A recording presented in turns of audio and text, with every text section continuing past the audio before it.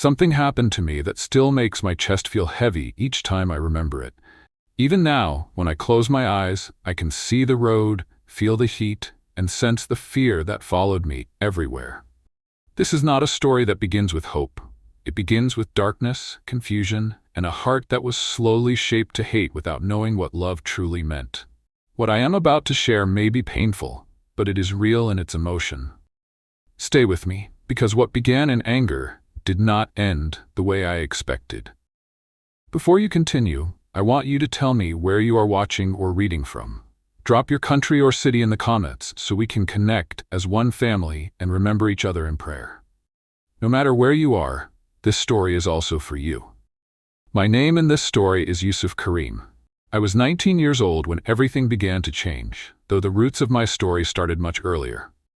The year was 2014, a year filled with noise, shouting, and fear in my part of the world.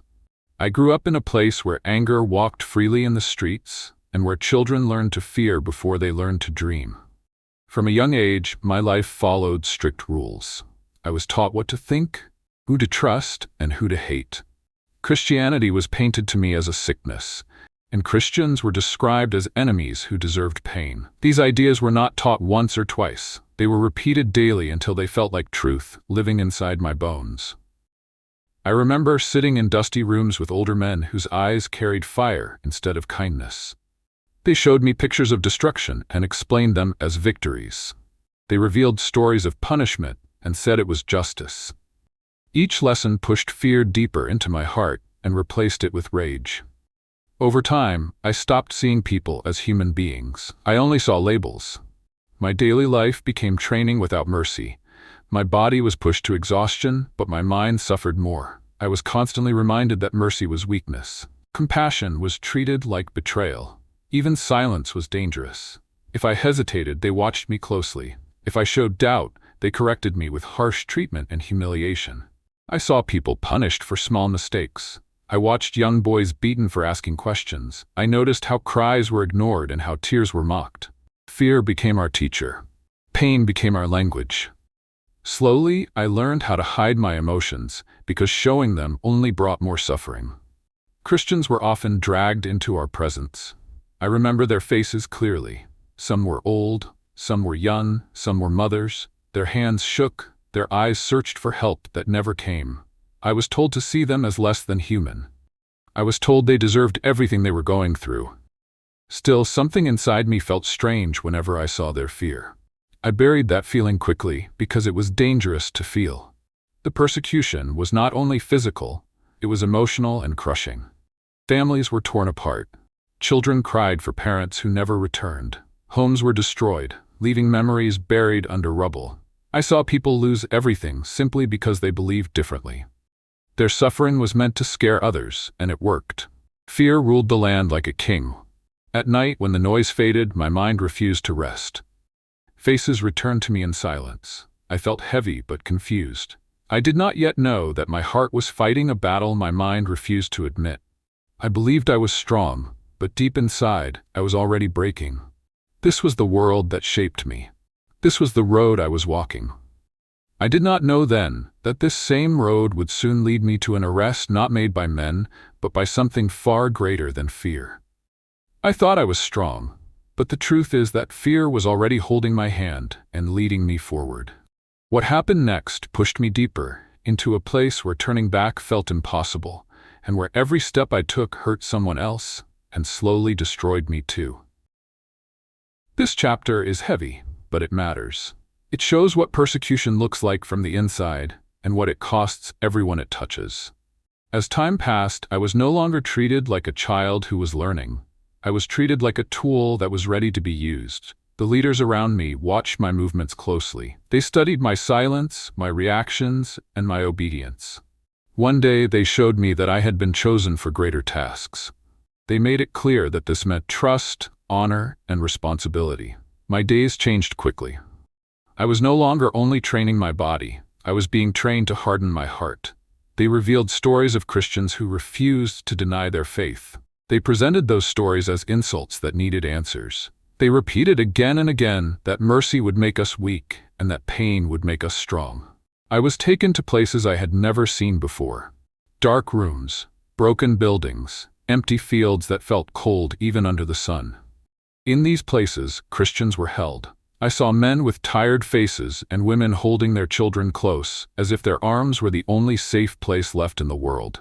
Some were shaking from hunger. Others were wounded from beatings they had already endured. The persecution was slow and crushing.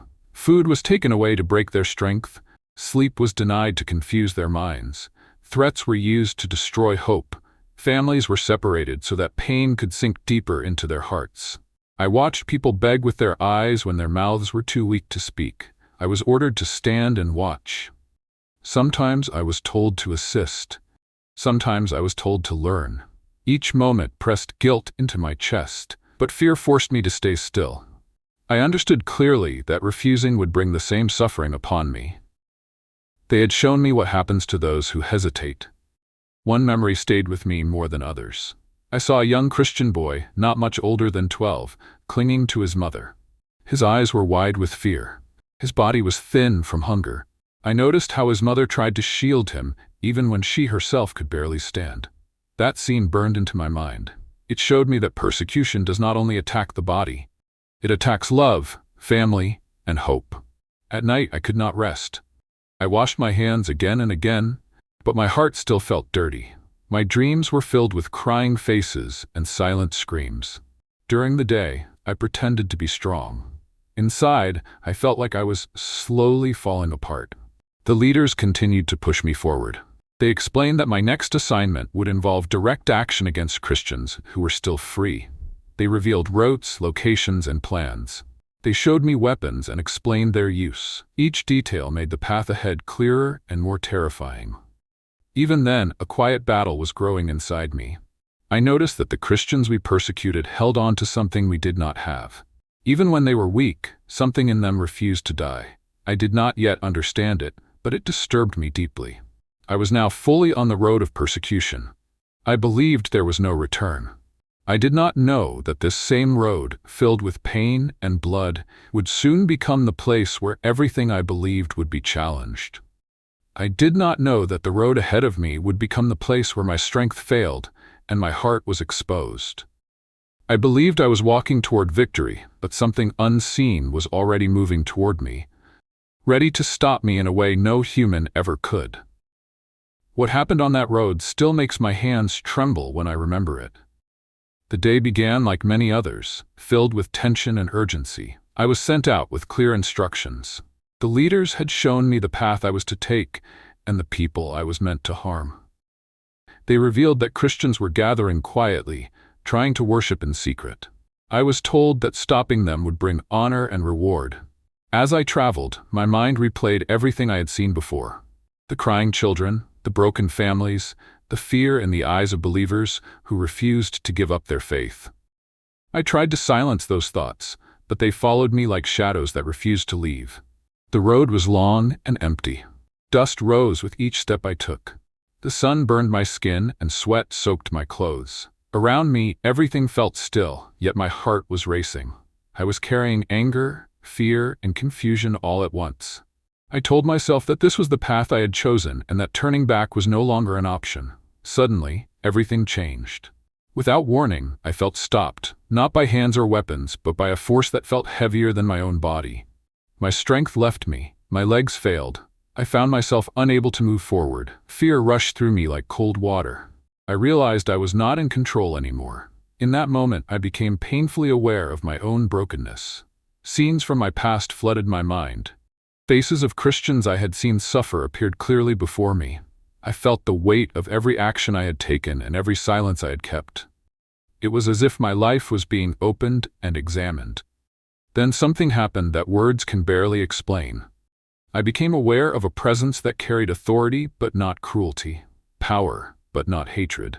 I sensed that I was being confronted, not to be destroyed, but to be exposed. I understood that Jesus had stopped me, not with violence but with truth. He revealed to me the damage my path had caused. He showed me the pain of those I had helped persecute. I felt their fear, their hunger, and their loss as if it were my own. The weight of guilt crushed me. I realized that I had been blind, thinking I was serving God while destroying people made in his image. I lay there, unable to move, overwhelmed by shame and fear. I expected punishment. Instead, I sensed mercy pressing into my heart. I became aware that my life was being given a choice I never thought possible. A chance to stop. A chance to change. When I finally stood up, the road looked the same, but I was not. The anger that once drove me felt weak and empty. In its place was fear mixed with a strange hope. I knew I could not return to the life I had lived. I also knew that walking away would cost me everything. That was the moment I understood that I had been arrested, not by soldiers or chains, but by Jesus himself. And this arrest would lead me into the hardest persecution I had ever faced. Persecution not from enemies, but from the people I once called my own. I lost everything the day I chose truth over fear, and yet that same day became the first time I truly lived. What followed was pain deeper than I imagined, but also hope stronger than anything I had ever known. Stay with me, because this ending was not easy, and it came with a price that many never see. After the encounter on the road, I could not return as the same person. My steps were slow and heavy as I walked back. My face looked the same, but my heart had changed. I carried a new truth inside me, and I knew it would cost me dearly. The moment the others noticed my silence, suspicion rose. They watched my eyes. They tested my loyalty.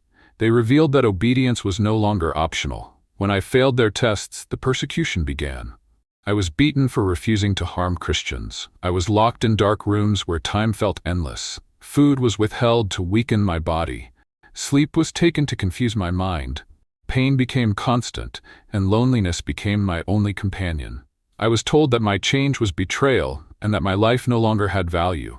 My family turned away from me. Friends avoided me as if I carried a disease. I was dragged before leaders who showed me what would happen if I continued on this path. They revealed threats of death, shame, and public punishment. I understood that choosing Jesus meant losing protection, identity, and safety. I remembered the Christians I once watched suffer. Now I was living their pain. I understood their tears. I felt their fear. I shared their hunger. And yet something inside me refused to break. In the middle of pain, I felt peace I could not explain. In moments of weakness, I sensed strength that was not my own. I escaped with nothing but my life. I hid among strangers. I slept on cold floors and empty streets. My body carried scars, but my heart carried hope. I began to learn about love, forgiveness, and mercy through quiet moments and kind hands that helped me without asking for anything in return. Persecution did not stop. Even outside, danger followed me. I lived with fear of being found. I heard stories of others like me who were not as fortunate. Some were killed, some disappeared, some suffered in silence. Their courage became my reminder that faith often grows strongest in suffering. Today, I share this story not as a hero, but as a witness. I want the world to know what believers endure simply for choosing faith. I want you to feel their pain, remember their faces, and carry them in your prayers. I encourage Christians everywhere to pray daily for those who are persecuted for their faith. Pray for strength, protection, and comfort for them. Pray also for those who persecute, that their hearts may be changed, just as mine was. If you feel a stirring in your heart and desire to turn away from sin and toward God, I invite you to say a simple prayer in your heart. Tell God that you are sorry for your sins. Ask Him to forgive you. Tell Him that you believe in Jesus, that He gave His life for you, and that you want to follow Him from this day forward. Ask Him to guide you, change you, and help you live a new life. This story began with hate, but it ends with hope. And if God could reach me on a road filled with darkness, He can reach anyone, anywhere. Faith is not proven when life is easy. It is revealed when the cost is high.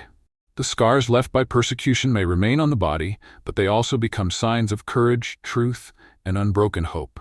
Every tear shed for Christ is seen, and no suffering is wasted.